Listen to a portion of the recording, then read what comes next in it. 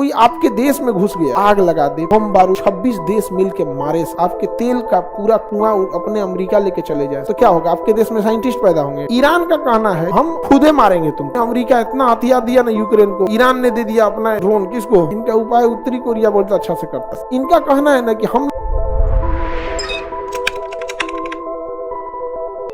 अंग्रेजों ने सद्दाम हुसैन पे हमला कर दिया। क्या है कि इसने लीथल हथियार रखा है, खतरनाक हथियार रखा है, पूरा इराक बर्बाद कर दिए सब। सद्दाम हुसैन को फांसी दिया। सोचिए कोई आपके देश में घुस गया कह के कि आपने हथियार रखा है, आपके देश में आग लगा दे, पूरा बम बारूद मिलके 26 देश मिलके मारे सब, और आपके देश के राष्ट्रपति को फांसी दे सब, अपना किसी अकलेल बकलेल को प्रधानमंत्री बना दे सब, आपके तेल का पूरा कुआं अपने अमेरिका लेके चले जाए सब, और आपके देश में आतंकवादी तो क्या होगा? आपके देश में साइंटिस्ट पैदा होंगे। क्या हो गया? ऐसे इराक में पैदा हुआ था ISIS, क्या हो गया? ISIS। इनका कहना है ना कि हम लोग अपनी एक सेना बना लेते हैं, पूरी दुनिया को मारेंगे, दुनिया जब दबाव देगी तो उसको आतंकवादी बोलेंगे। समझ में आ गया कि नहीं आ गया?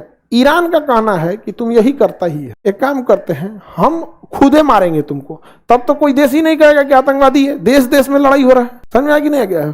इसलिए यूक्रेन की लड़ाई में अमेरिका इतना हथियार दिया ना यूक्रेन को, ईरान ने दे दिया अपना ड्रोन। किसको? रूस को। मार यूक्रेन को सुता दिया बढ़िया से एकदम। यहाँ पे तो उनकी यही आदत होती है, किसी को मार के चल जाते हैं। हम लोग को 1971 में परमाणु बम लेके आया था मारने के लिए, ये अमेरिका 1971 में परमाणु बम लेके आया था मारने के लिए। इनका उपाय उत्तरी कोरिया बहुत अच्छा से करता है। हाँ, वो कहता है कि तुम हमारी ओर बढ़ोगे उससे पहले हम दक्षिणी कोरिया और जापान को बर्बाद कर देंगे। तू कहता मत बढ़े यार हम लोग को मारेगा यार। जीने का अधिकार गोरे लोगों को, काले लोग केवल सेवा के लिए। उनके नजर में यही होता है। आज भी हम एशिया वालों से बहुत नफरत करते हैं, बट उनका कहना क्या है कि अगर इनको हम मार देंगे तो उनका सामान कौन खरीदेगा? समझ आ गया कि नहीं आ गया? सामान कौन खरीदे? जैसे हम लोग गाय भैंस किस उम्मीद से पालते हैं? भैंस काय लिए पालते हैं? दूध देगी, महंगा बिक जाता है दूध, उसका भैंस का दूध थोड़ा गाढ़ा होता है, इसीलिए ना चारा खिला देंगे।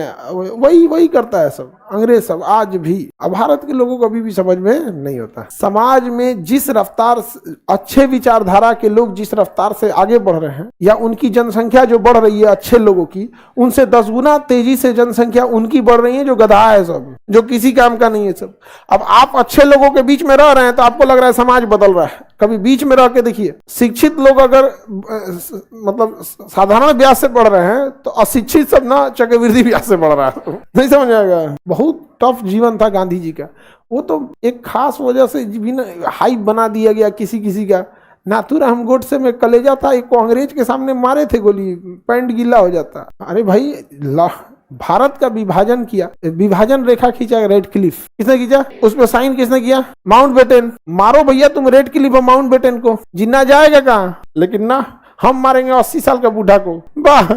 और देश में देखिए 80 साल के बूढ़ा का, अरे गोली का है मारा, ढकेल देता तो गांधी मर जाते। 80 साल के बूढ़ा आदमी को अगर कोई एक मुक्का घूंसा मार दे तो मर जाएगा वो आदमी। गोडसे को मानने वाले भी गोडसे के दिमाग के होते हैं। बहुत लोग भारत में क्या है ना कि अशिक्षा इतना ज्यादा है जिसका कोई हद नहीं, और ये कम पढ़े लिखे लोग उनको मानते हैं। देखिएगा, अशिक्षित को पता नहीं है कि गोडसे या गांधी कौन है। अब पढ़े लिखे को पता है, जो मिडिल जो तनी मनी पढ़ा है सब ना, नकल से मैट्रिक पास हो गया सब, दलाल फोन किया कि इंटर का परीक्षा है, जाके एग्जाम दे दिया, ओके जगह कोई ग्रेजुएशन का दूसरा एग्जाम, ये कम पढ़े लिखे लोग। ये सबसे बेस्ट जानते हैं कहाँ होते हैं?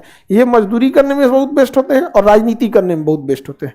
इसलिए आप देखिएगा, जो भी राजनीतिक पार्टियां होंगी वो कभी नहीं चाहेंगी कि आप बहुत हायर एजुकेशन में जाइए, या ये भी नहीं चाहेगी कि आप अनपढ़ रहिए। अनपढ़ रहेगी तो कुछ समझिए नहीं पाएंगे।